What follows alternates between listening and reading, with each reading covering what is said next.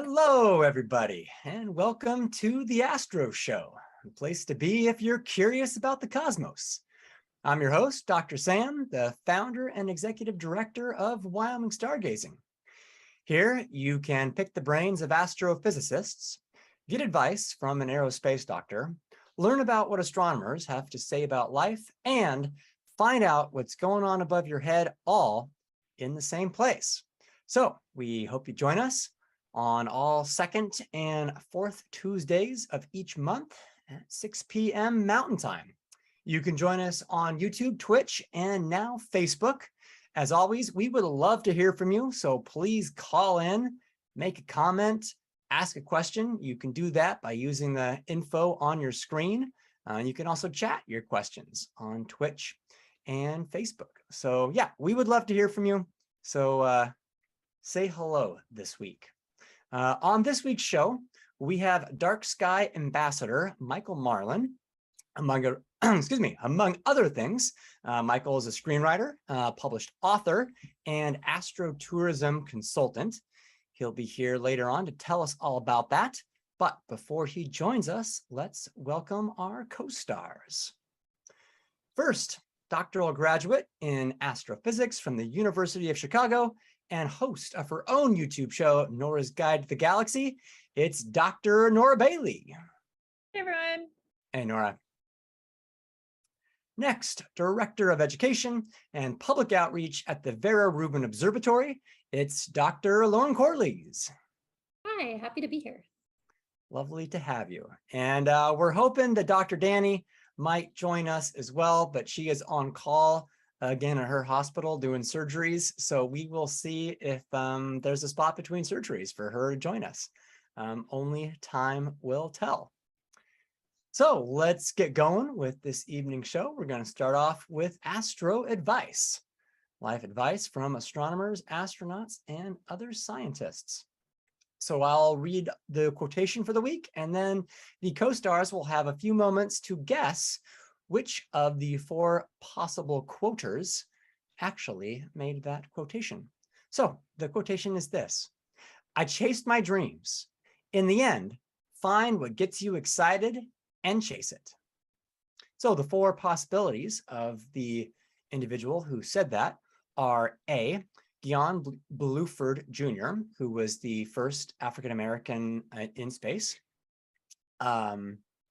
B, Buzz Aldrin, second person to walk on the moon. C, Sandra Faber, renowned American astronomer. And D, Margaret Burbage, renowned British astronomer. So, co-stars, I'll give you a minute, and when one of you wants to cast your vote, you can do so.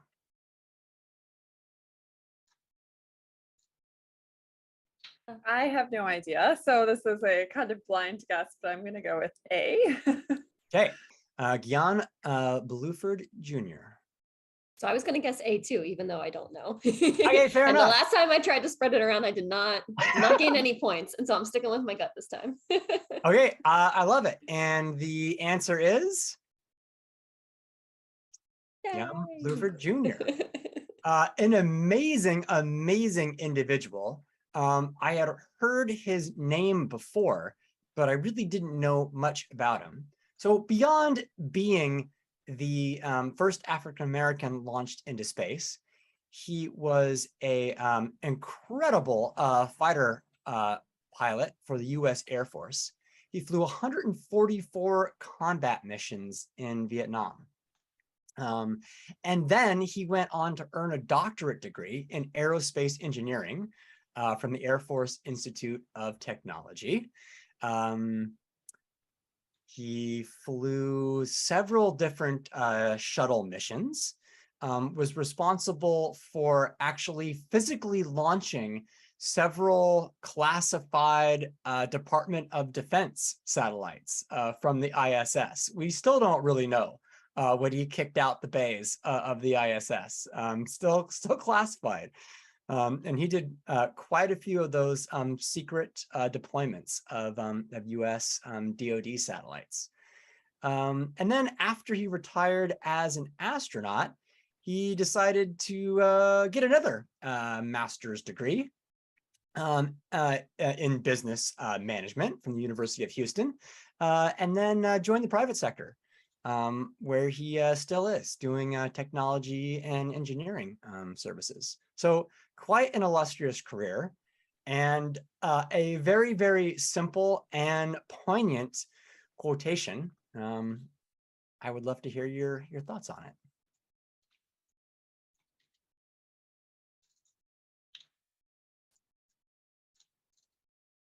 Yeah, I think this really resonates with me. As I often like to joke that, I still don't know what I want to be when I grow up, but Nor do I've been I. learning more about what I don't want to be.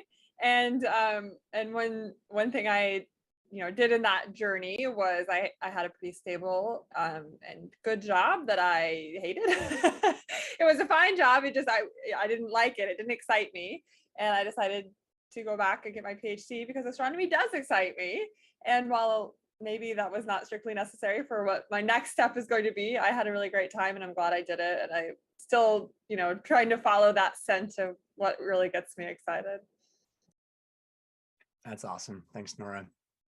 Yeah, I like that it specifically says dreams plural. Hmm. Like that idea that you could have more than one dream, your dream Yeah. can change. Like, I think that's sort of how I've approached things, just by trying to be like reflective of like checking in every once in a while with myself. Like, am I happy doing this? Am I excited doing this? And if I'm not, then taking steps to make some changes to still continue to be after what maybe is my new dream.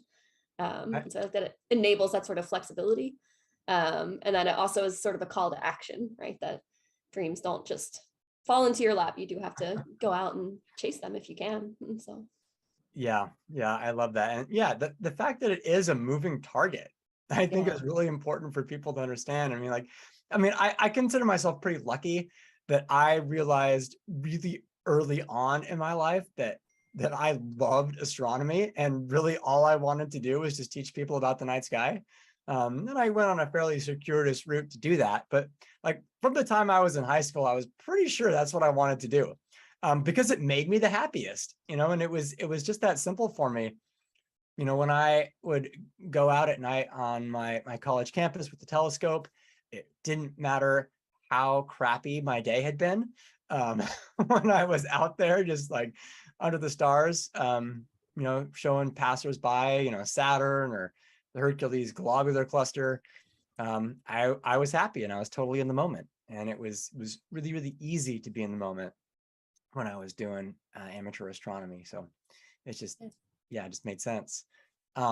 But this quote also made me think of a not so wonderful point in my life when I was doing something for my my full-time job that I didn't love, and one of my coworkers took me aside, and I'll never forget this. She had just resigned from her position. She was going back to grad school, and she said she had a present for me.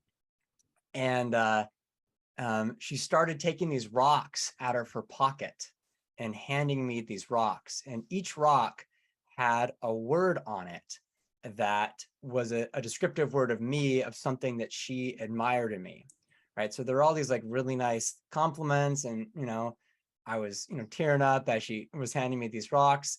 And then she dropped the hammer, and she's like, over the last year, I'm not really seeing any of this in you. And I was like, oh, rip my heart out. And she's like, look, you got to find your joy, or you got to get out of here. And, it was one of these moments where someone just kind of like lays it out there for you so clearly, where, it should have been so obvious to me as well. But I guess the time it wasn't. But I took her advice. I waited another like 3 months and wasn't happy, and then I resigned. So yeah, it's so important to figure out what excites you, and just stay on that trajectory wherever it leads you. So yeah, I really appreciated this quotation. It's a goodie. And Lauren, if you're out there listening, not you, Lauren, but the Lauren who gave me those rocks. Thanks for that. All right, moving on to Astro 365, this day and week in astrophysics history. On this day in 1969, astronomers took their first look at the rocks brought back from the moon from the Apollo 11 mission. And many, many discoveries took place from those rocks. One of the most amazing was that before those rocks were brought back, we didn't really know that the moon was completely molten at one point. But most of the rocks brought back were basaltic. They were volcanic rocks. And even in the rocks that were mostly basalt, there were little pieces of basalt. And so the scientists who were analyzing those rocks suggested that molten lava had to have been thrown up off the surface and then rained back down. And so yeah, the rocks from the first mission elucidated that idea of the moon being molten, and then resulting rocks from the following Apollo missions led to an even bigger discovery, that not only that the moon was molten at one point, but that the moon's rocks and the Earth's rocks shared basically the same isotopes of oxygen. And the only way that could be is if they were once the same body. And this is still the theory of moon formation that we have today, that some large solar system body, potentially maybe the size of Mars, smashed in to the historical body that we now call the Earth-Moon system, when it was just one, liquefied the whole deal, and one part blobbed off and became the moon, and has been orbiting around us ever since, about 5 billion years ago. So yeah, very, very cool discoveries from those moon rocks, and that all started today in 1969. And one thing that I forgot to mention about Guion Bluford, we actually share a birthday. We were both born on November 22nd. Another just cool fact that I learned about him today. So yeah, some moon theme going on today. Keep that in mind once we get to the next part, which is the news trivia section. So there's a hint for both of you. Might be some moon questions in here. I think. Oh, go for it, Nora. Yeah. It's just made me think this is so cool to think about. They got these rocks for the first time in '69, and just this year they're still opening some of the sealed samples that they took, not on Apollo 11. I think it was 17 or something. But yeah. I mean, they're still doing science with these moon rocks, and yeah, getting excited about going back. I know. Yeah, 2 years, less than 2 years now away from that. Well. Yeah. First, maybe we'll see. First woman astronaut on the moon, first Jewish astronaut. So yeah, very exciting stuff. Nora, I can't remember if you joined us for the episode that we were talking about the lunar cockroaches. Were you there for that one? You were. Yeah, they fed the moon dust to the cockroaches. To see if it would kill them. I love it. I think it's great. And the cockroaches were just fine. Which is crazy to me, because when I think of moon dust, I think, regolith is really like, it's really sharp, right? Because there's no erosion and wind on the moon. Right. And so that makes me think of, what's it called? Diactivist earth or whatever. I don't know what you're talking about, but I forget that. Yeah, same. Yeah, but it's basically like sharp dust that kills the cockroaches. And I was like, so how do they survive eating lunar dust? But I guess they're not as similar as I would have thought. Yeah.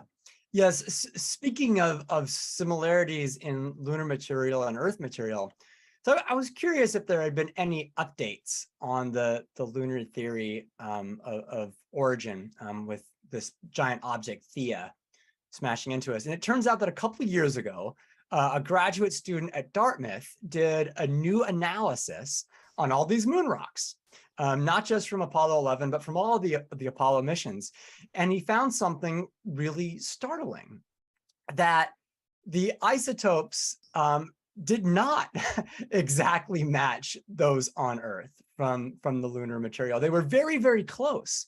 But in fact, there were some discrepancies, especially from the isotopes found beneath the surface. And the interesting part about that is that on face value, you'd think, oh, well, maybe that actually provides a piece of evidence against the lunar formation theory, but he argued that it actually supports it. Because if you suppose that a third object that wasn't the Earth-Moon object smashed into that object, there should be some traces of that. So it shouldn't be perfectly the same between the Earth and the Moon. There should have been another object. And it turns out that there actually may be some traces of this third object that have survived on these slightly different isotopes that just weren't noticed until a couple of years ago. So yeah, still a lot of cool science. Yeah, and I think the Chinese lunar sample mission that they just got back recently in the last couple of years was from a different location on the moon than the Apollo samples, and it was, I think they found it was actually a lot older than the Apollo samples, and so they were able to use that to kind of work with lunar history and evolution, which is just really amazing that it's so different, even on something we think of as so uniform as the moon. Yeah. Or even something you think like the moon, it's right there. We must know all there is to know about it. The answer is no, we don't. There's like so many things that we actually just don't even know about the moon. Yeah, funny how that works. Yeah. Somebody, I think it was Doug Leonard, my astronomy professor in college, who said one of the running jokes in astronomy is that the farther something is away from you, the more you can claim to know about it.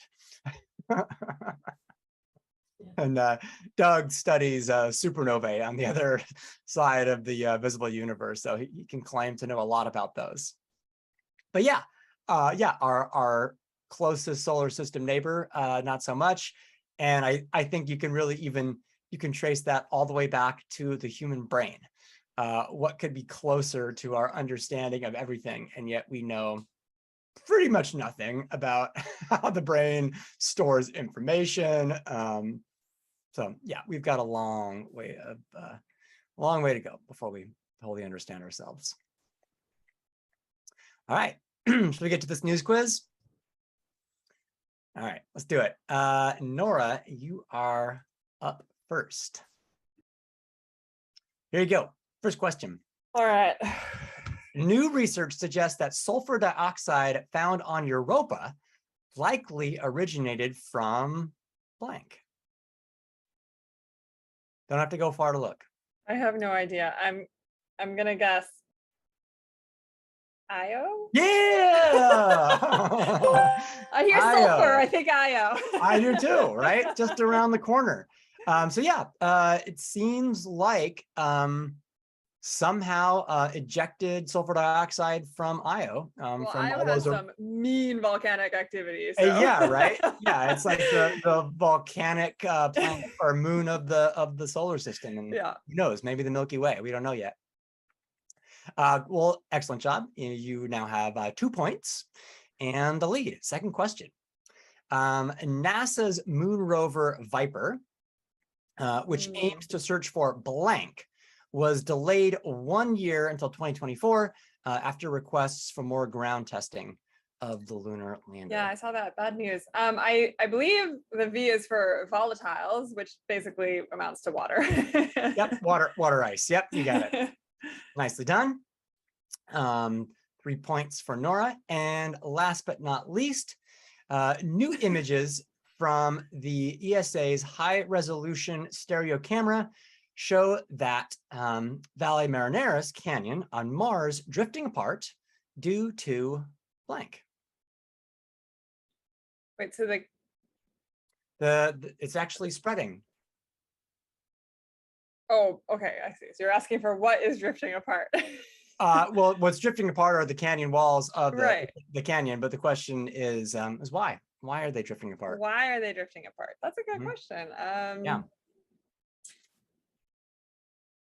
I don't know, because Mars doesn't have, like tectonics. I'm gonna go with like Coriolis or something. The new idea is that it might actually be tectonic plates. What? Mars isn't what? I know. Yeah, caught me by surprise as well. I don't like that. I mean, I do, but I know nothing about the solar system. Like, okay, Isa, that's some heavy claim there. Yeah, wow, that's let's really see cool. it, but that's the new idea. I was like so sure. I know, right? Yeah. But you got 3 points for yourself total, Nora, and you are in the lead. Woo. All right, Lauren, you ready? I'm ready. Okay. A new transnational telescope system that goes by the acronym GOTO will be using optical light to pinpoint the sources of blank. Gravitational waves. You got it. Hey, Nicely that'll be done. cool. Yeah. Yeah, so it's great that LIGO can find gravitational waves somewhere in the vicinity of that part of the sky, but it really can't do a great job in pinpointing them. Yeah. You need some kind of another detection in a different, much more precise wavelength. This system of telescopes will hopefully do just that using optical wavelengths. Yeah, pretty cool. Nice job. You got your first question, 2 points now. Next question.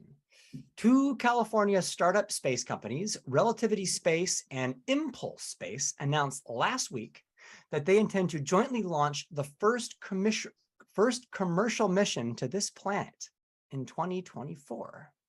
Well, I hadn't heard of this, but planet feels like a clue towards Mars. Yeah, you got it. Yeah. Cool. Indeed. Yeah. First commercial mission to Mars. I don't know why that is so hard to say, but that's soon. That feels like too soon. I don't think I was ready to learn that information. I mean, I think they've been working on this one for a while. Yeah. Still. Yeah. Okay. You're all tied up 3-3. Lauren, this is for the win. Once thought to be the same objects viewed from different angles due to different light signatures, researchers just announced today that they are now believed to be different stages of their existence. So different objects in different stages of their existence, as opposed to being seen at different angles. I don't know. Something that I know gets named different things depending on the angle you see it, or different kinds of AGN. You got it. Oh, hooray. Nicely done. Yeah, AGNs. Yeah, cool. So that's the newest theory, just announced like 6 hours ago. Oh. The difference in light signatures may not be due to different angles of observing them, but actually they may be AGNs in different parts of their existence, namely different mass levels and different consumption levels. So they're sucking in different amounts of material at different stages in their existence. Yeah, so really cool stuff. Yeah, I'll have to go learn more about that. That sounds neat. Yeah, it's very cool. Yeah, I just read the paper a couple hours ago. Yeah. All right, well, Lauren is our champion this week. Hey. Nicely done, Lauren. Thank you. Yeah, that was fun. All right, well, we are going to take a short break, and we will be right back with our special guest, Dark Sky Ambassador and Astrotourism Consultant, Marlin. So grab a bite to eat, but don't go away. We'll see you soon. Bye.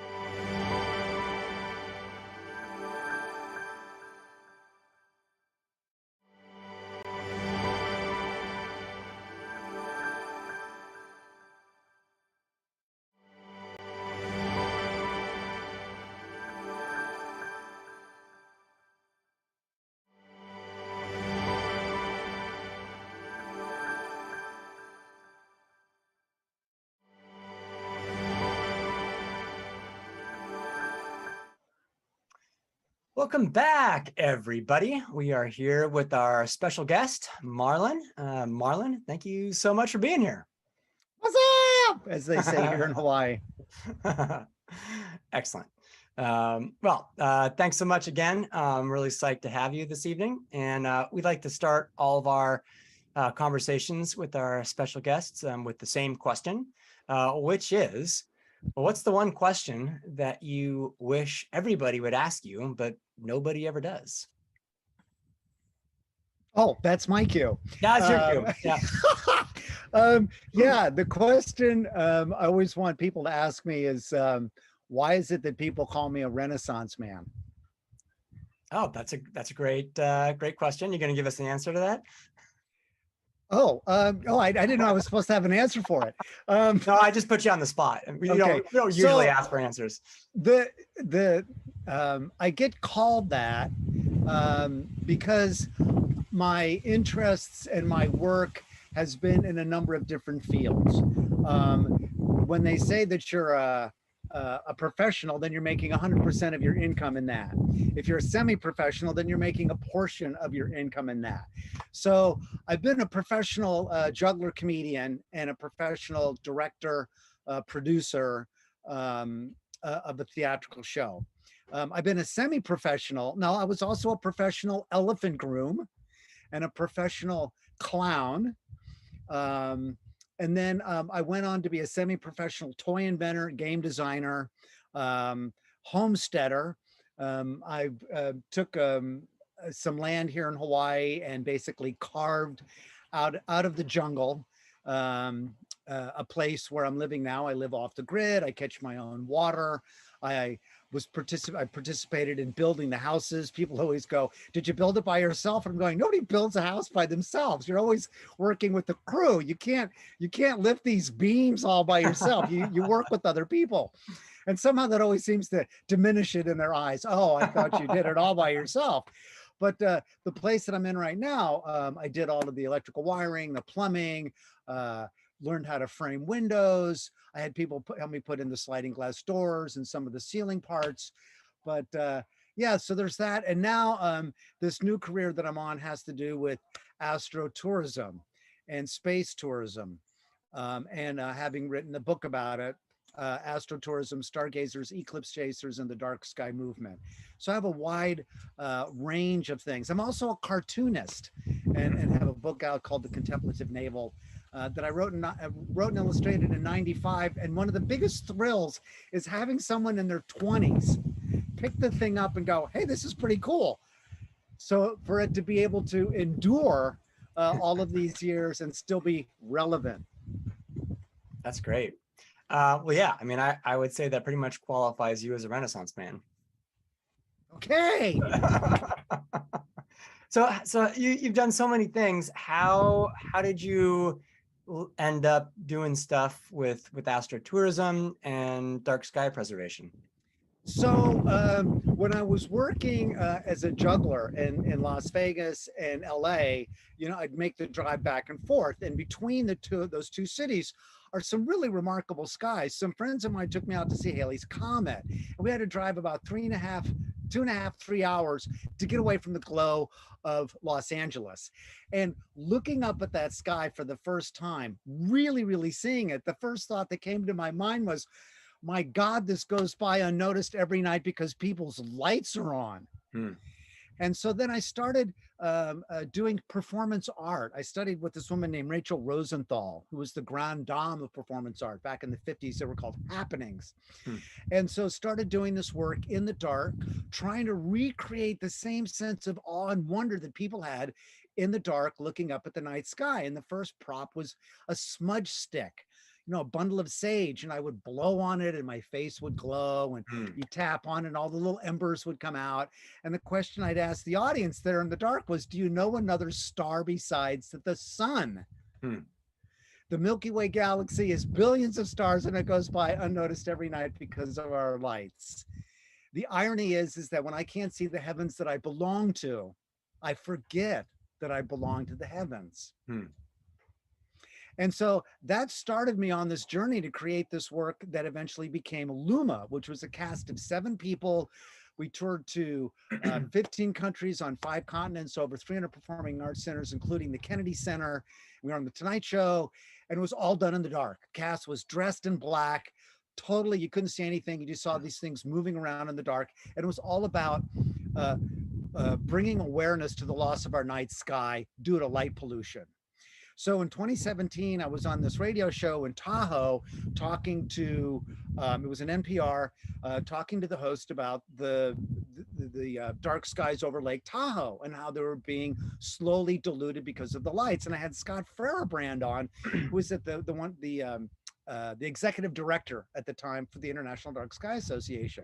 Well, he invited me to speak at their 2017 AGM in Boston. And I'm like, okay. And it was all about how the stars, how arts can enact social change. And then they had me again on 2018.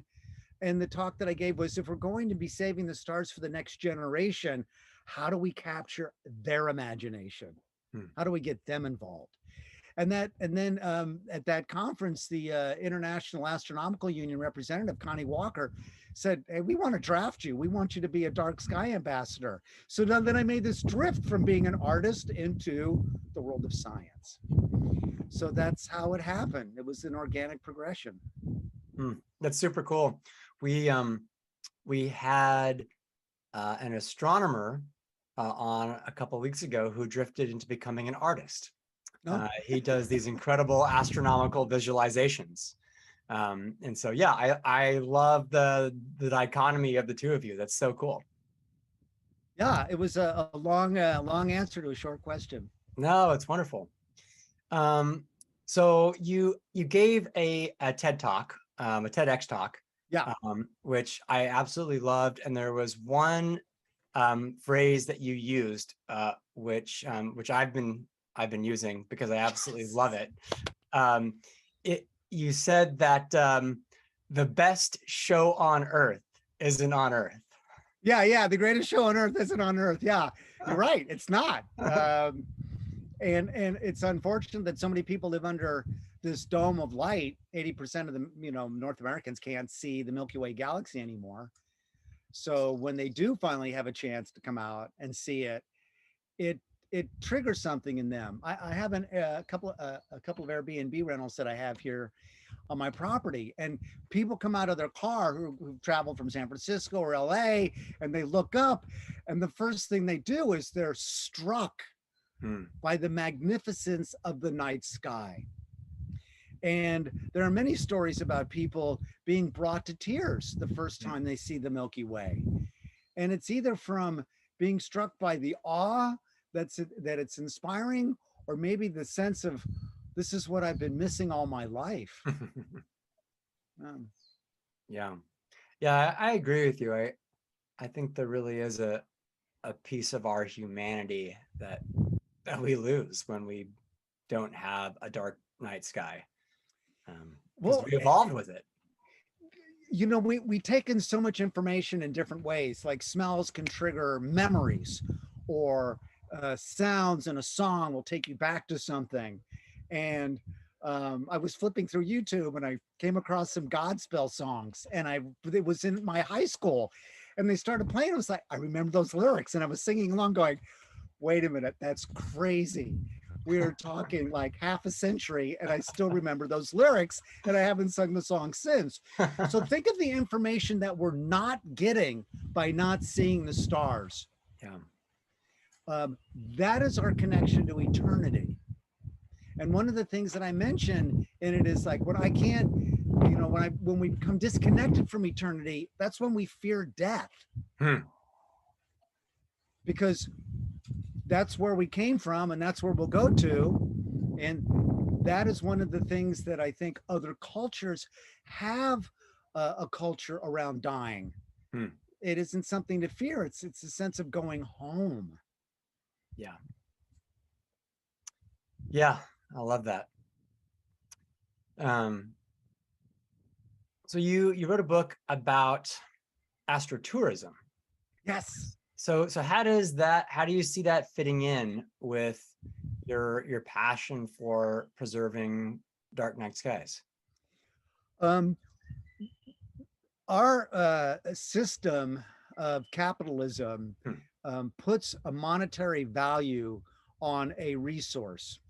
At this time, we don't necessarily consider a dark sky a resource. I gave a talk to the 15th annual European Dark Sky Symposium, and I put up a slide. It was just a blank piece of land. I said, let's say that this land is whatever, $15,000 a hectare. Okay. Now, if you discover water on that land, now the price is $30,000 a hectare. If you discover zinc, it's now $100,000. If you discover gold, now it's $300 million a hectare. If you discover diamonds, now it's $3 billion a hectare, based upon the natural resources there. People under a dark sky are living under a diamond mine. Hmm. You know, like a diamond in the sky above the world so high. And once they realize that there's something to be made from preserving it, this is what they'll do. And then they'll ask the neighbor, hey, turn off the light. You know, we're trying to get people to come in here. This is a sustainable form of tourism. So in the same way that a scuba diver will most likely join some organizations that will protect the reef, whether it's Greenpeace or Ocean Alliance, anglers will do something to protect the river. We'll join an organization. You know, duck hunters, they join Duck Hunters Unlimited to preserve marshlands. So in the same way, people who become astrotourists will probably do the same thing and join International Dark Sky Association or other organizations seeking to preserve the dark sky, because now they've been exposed to the wonders of the rest of the universe that's out there. Yep, that about wraps up my life.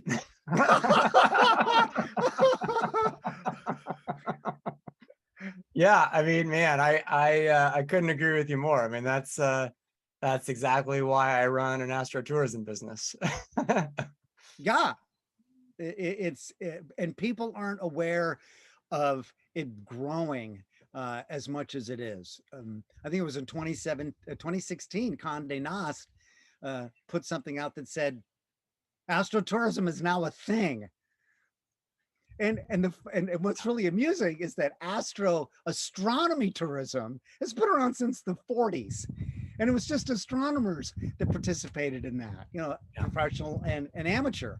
But now with the advent of social media, more and more people are going out there. In my book, I mentioned the mayor of Tromsø said one of the biggest drivers of tourists coming to see the Northern Lights has been social media, because you can post pictures of that.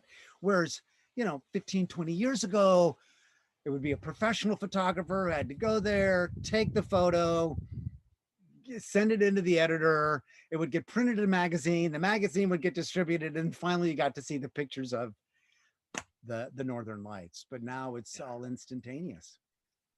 Yeah, when we were chatting earlier, you mentioned how amazing it is that we live in a generation where we've seen images from both the Hubble Space Telescope and now the James Webb Space Telescope. But just like how mesmerizing that is. And I really feel like the Hubble changed everything for like the public's awareness of astronomy. I mean, that was, I think, the first time for a lot of people that they saw all those images of deep space, whether they be, you know, planetary nebula or galaxy clusters, and it really really changed people's perspective on what was out there. Not unlike Galileo's telescope. Not unlike it at all. Oh, come on. No, look in this thing. Really, take a look. It's going to change your world. Yeah. Yeah, I mean, and that's exactly what we we keep doing as we invent, you know, bigger and badder telescopes.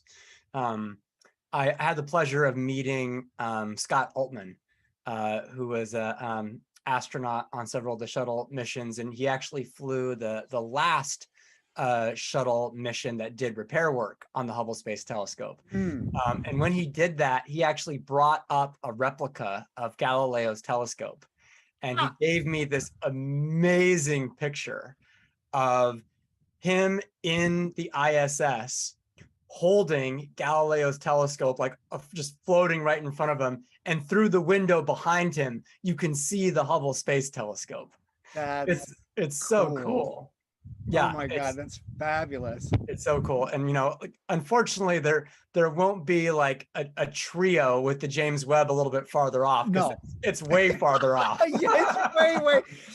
That blows people's minds when they even take a look at how far that thing is out there, Yeah, because yeah, they don't get it. yeah, 1,000,000 miles. Yeah, yeah. Yeah. Yeah, so I think you're right. I think social media has certainly played a huge part of it. And I think NASA in particular just decided to invest more in public outreach, you know, starting, you know, around the time of Hubble. And I think that's had a huge impact as well. I mean, they're just doing like such a fantastic job now, and just sharing everything that that they learn about space. And I mean, I feel like I should like hand the conversation over to Lauren, because she's involved with this project now. It's going to create one of like the biggest publicly accessible databases of astronomical information like in history. Wow. You want to say a little bit about that, Lauren? Yeah, I think it's going to be really exciting, and trying to find ways to get people to realize that they have access to all of that information and how to explore it is definitely something that we've been working on, and trying to build tools that people will also find really exciting. That's that next step of not just seeing something, but like, how can I learn more? How could I explore it? Like getting people more invested beyond just like, oh, it was on my social media feed. Yeah, connecting it with people is a big part of it. Yeah. I'm giving a talk on communicating astronomy to the public in Sydney in September. And with the idea that came up when you mentioned the Webb being out there 1,000,000 miles, you can have a little graphic of the odometer turning over once it reaches 1,000,000 miles, like your car. People will go, hey, I recognize that. Yeah, exactly. I wonder if you get Elon to divert the trajectory of his roadster so it heads out towards James Webb, and you get a picture of it passing by. Oh, there you go. Yeah. That's got to be the greatest space stunt in history. Yeah, without a doubt. I mean, the next biggest one will be him actually landing on Mars. But yeah, for the time being, it's the roadster. What do you think the odds are that it'll actually make it in To his Mars? lifetime? Yeah. Oh, I think he's going to make it. Yeah, I don't know if he's going to have any success in taking off from Mars in his lifetime. But yeah, I mean, I think there are lots of brave individuals who are going to be willing to take a one-way flight. So yeah, I think that's going to happen. And you know what's going to be the biggest frustration for him? It's like, here I am on Mars and I can't post it on Twitter. I mean, maybe by then Starlink will be that good. Well, speaking of Starlink, you know, that's one of the big issues now with astronomers is all of the satellites. And Harley Ruskin from IDA mentioned that like by 2030, 1 in 10 objects in the sky will be moving. Yeah, I've been actually telling that statistic, and you know, a similar, more general one to all of our guests who we take out stargazing, that kids who are born today are never going to know a sky that doesn't move all over the place at night. Stars, you know, the starry night sky is not just going to be like, you know, twinkling. There's going to be constant motion everywhere. They're never going to look up and see a still night sky. Gee, you know, I wonder what kind of impact that's going to have on animals. Yeah. That use the stars to navigate by. Yeah, there's no doubt that it's going to have an effect. Woof. You know, the interesting part about it is that, at least for my business with astrotourism, the guests that we take out are wowed when they see Starlink. I mean, the clusters of these satellites that get launched, I mean, it really is mesmerizing to see them on launch day and the day after launch day, because it's just this string of lights, you know, that go across the sky. I mean, it's actually, I mean, it really is beautiful in a way, but yeah, I know in terms of actually doing astronomical research and preserving the night sky for what it was, it's a very different story. I'm wondering why they can't put them further out so that they don't reflect as much. I know that they're talking about painting them non-reflective colors, which seems to be Yeah, doable. that was done. What I just read an article about that, though. Apparently the next generation Starlink satellites that are being launched now are even more reflective than the earlier generation. Mm, So whatever they did is not working, mm. unfortunately. Nora, Lauren, do you have any questions or thoughts? Yeah, something I've been thinking about is that like astrotourism is one thing, but we're moving closer and closer to this idea of just space tourism in general, of like you could just go into space and then see it from there. And that the question I'm trying to ask myself, and I'm interested in your opinion on, is will that mean people will maybe have that experience and come home and think like, oh, I want to see that all of the time? Or will it be like, oh, well, we have access to it to this other way, so we can just like do whatever we want on the ground now? Like, I think I don't know which way it could go. Maybe both ways, either way, I'm not sure. Obviously, I would like the skies to stay dark. So if people had that experience and thought, man, I wish I could just see the Milky Way all the time, that would be my preferred outcome. But I guess we'll see. There's a chapter about space tourism in my book, and I use how technology changes tourism. And the example I used was scuba diving. Back in the 50s, there was just a handful of people who did it. And now it's all over the world, and there's millions of people scuba diving. The distances get shorter as our craft get faster. And when I mention astrotourism to people, they think space tourism. And I go, well, the distinction is with space tourism, you go to a place to look down. And with astrotourism, you go to a place and you look up. And one of the things that this is a fun little piece of trivia. I mentioned other types besides Branson and Bezos, which is a very short up and down trip. You get past the Kármán line and you have a moment of weightlessness, and then you come back to Earth. There's a group called Space Perspective that uses a balloon, and it takes you 19 miles above the Earth in a pressurized capsule. And it's a 6-hour ride, 2 hours up, 2 hours at altitude, and then 2 hours down, which to me is more of my idea of what would that, it'd be more fun than just the quick up and down, which, yeah. And to get that weightlessness experience, they have the Parabolic Planes, which are called vomit comets. Now I did some research. I'm going, why did they call it that? Now I get the part about the vomit, but why comet other than the rhyme? Yeah. And the answer is the de Havilland Aircraft Company was the first one to make a pressurized aircraft that was a jet, and it was called the Comet, and it was way faster than anything that had come before it. And unfortunately, they didn't understand the stresses that were going to happen on the fuselage, and they had some bad accidents, and so they kind of got scrapped. But that was the precursor to every single pressurized aircraft since then. So that's why they were called vomit comets. Nice. I always thought it was just a rhyme, so I appreciate that backstory. Lauren, I think you brought up an interesting concept with this idea of like people going into space, and it reminded me of I think what's called the overview effect. Yeah.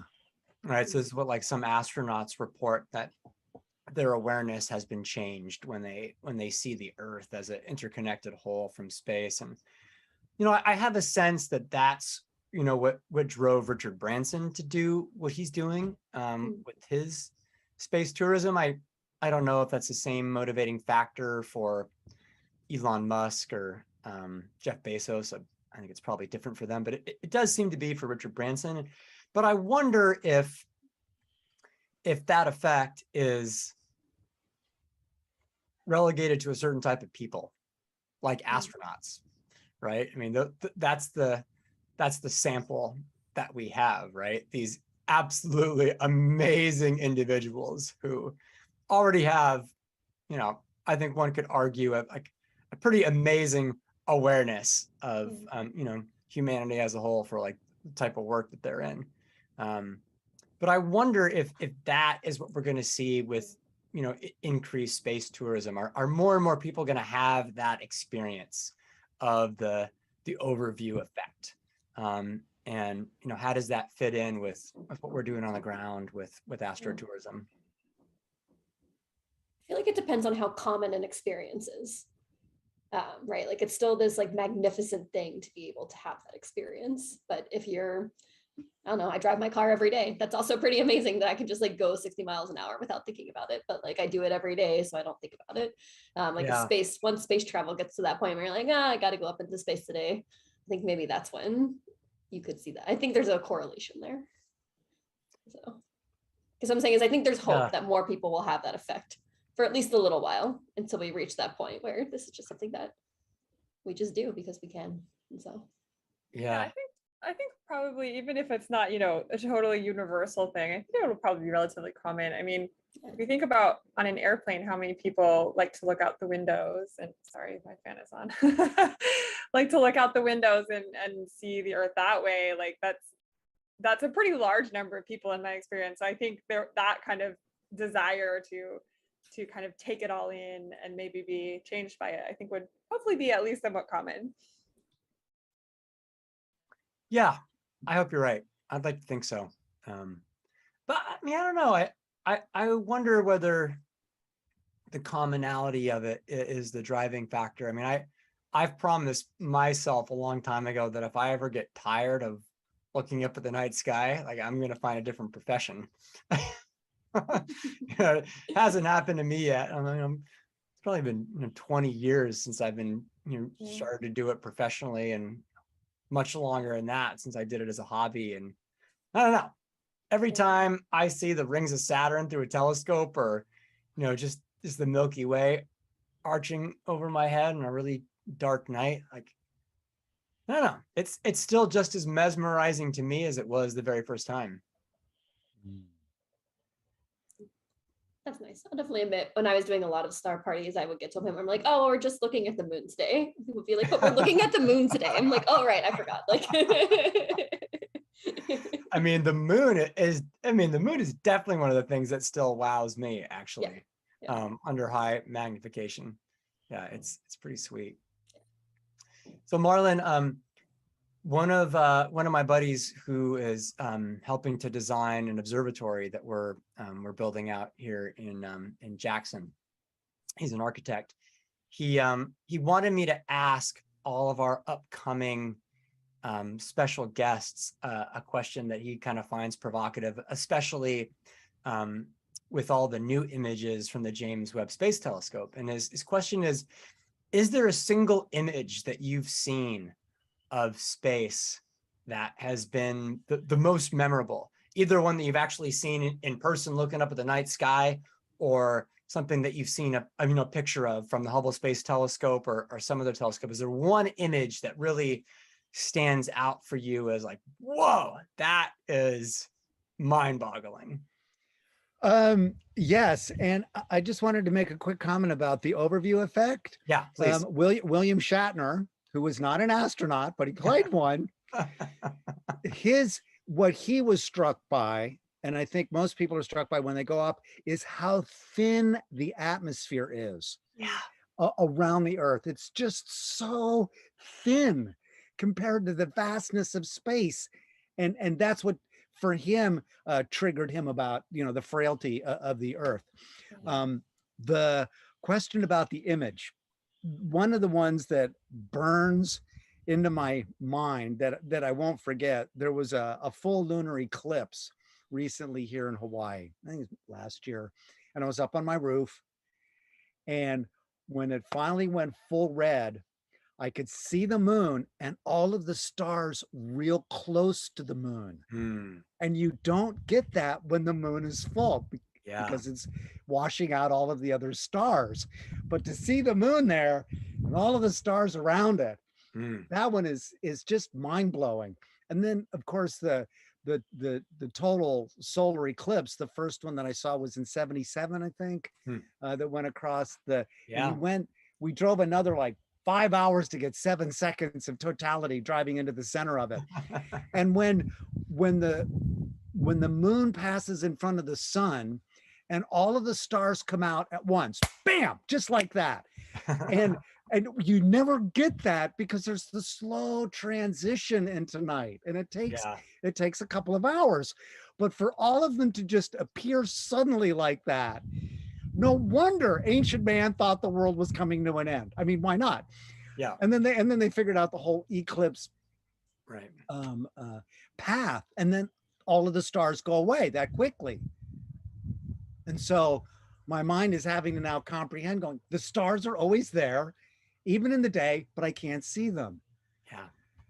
So that just so tweaked my brain. But as far as space images, there's so many. There's not really one that stands out for me in that regard. Not like the ones that I have in my personal life. Nice. Lauren, Nora, do you have an image that has that same kind of sentiment as Marlin just described? For me, it's always been the Hubble deep fields, and I guess now add on the JWST deep fields, but just the sheer number of galaxies in them, and how small of a portion it is on the sky, and it always just breaks my brain a little bit, but in a good way. One of them for me is kind of the opposite. It's the Huygens probe that they sent down to the surface of Titan. And those pictures come back and you see it's like the surface of a different moon in the solar system, and it has rocks and it has lakes, and it looks so familiar, but it's also so far away. That was that time of like, oh wait, I'm looking at the surface of a moon. That's incredible. So. Wow. I like to call that picture Earth through the looking glass, because that's what it always makes me think of, like some bizarro Earth. Yeah. Yeah. It's so neat. Yeah, that is a good one. Well, we have just a couple minutes left. I feel like since we're talking about, astrotourism and people looking up, like I feel compelled to share the little image of the night sky that I was going to share during a segment that we skipped because I thought we were running out of time. But it's a simple little graphic of what the moon is going to look like tonight with Mercury and Venus visible. Thanks for bringing that up. So we get to see Venus a lot. Obviously, we get to see the moon every month. But the fact that we get to see Mercury is special. Mercury is not always visible. It's so close to the sun. But now it's at what's called its greatest elongation. Its greatest angular distance from the sun in the sky. And so if you go out tonight, it's just going to be this tiny little sliver of a moon. It's going to be gorgeous right after sunset. Venus is going to be easy to pick out. It'll be the brightest point of light other than the moon, just down below the moon to the right. And if you look just up above that, there's going to be this teeny tiny little orangish, yellowish speck. And that's going to be Mercury. And it won't look like much, but it's so cool to be able to see Mercury because we only get a few days of really good Mercury viewing each year. And the fact that it's coming on in a conjunction with the crescent moon and Venus just makes it all the more special. So you don't have to be in a super dark place to see this. Almost anywhere you're going to be able to see this. So check it out, and in the Northern Hemisphere, that is. So check it out, and hope you enjoy seeing Mercury and Venus and the crescent moon this evening.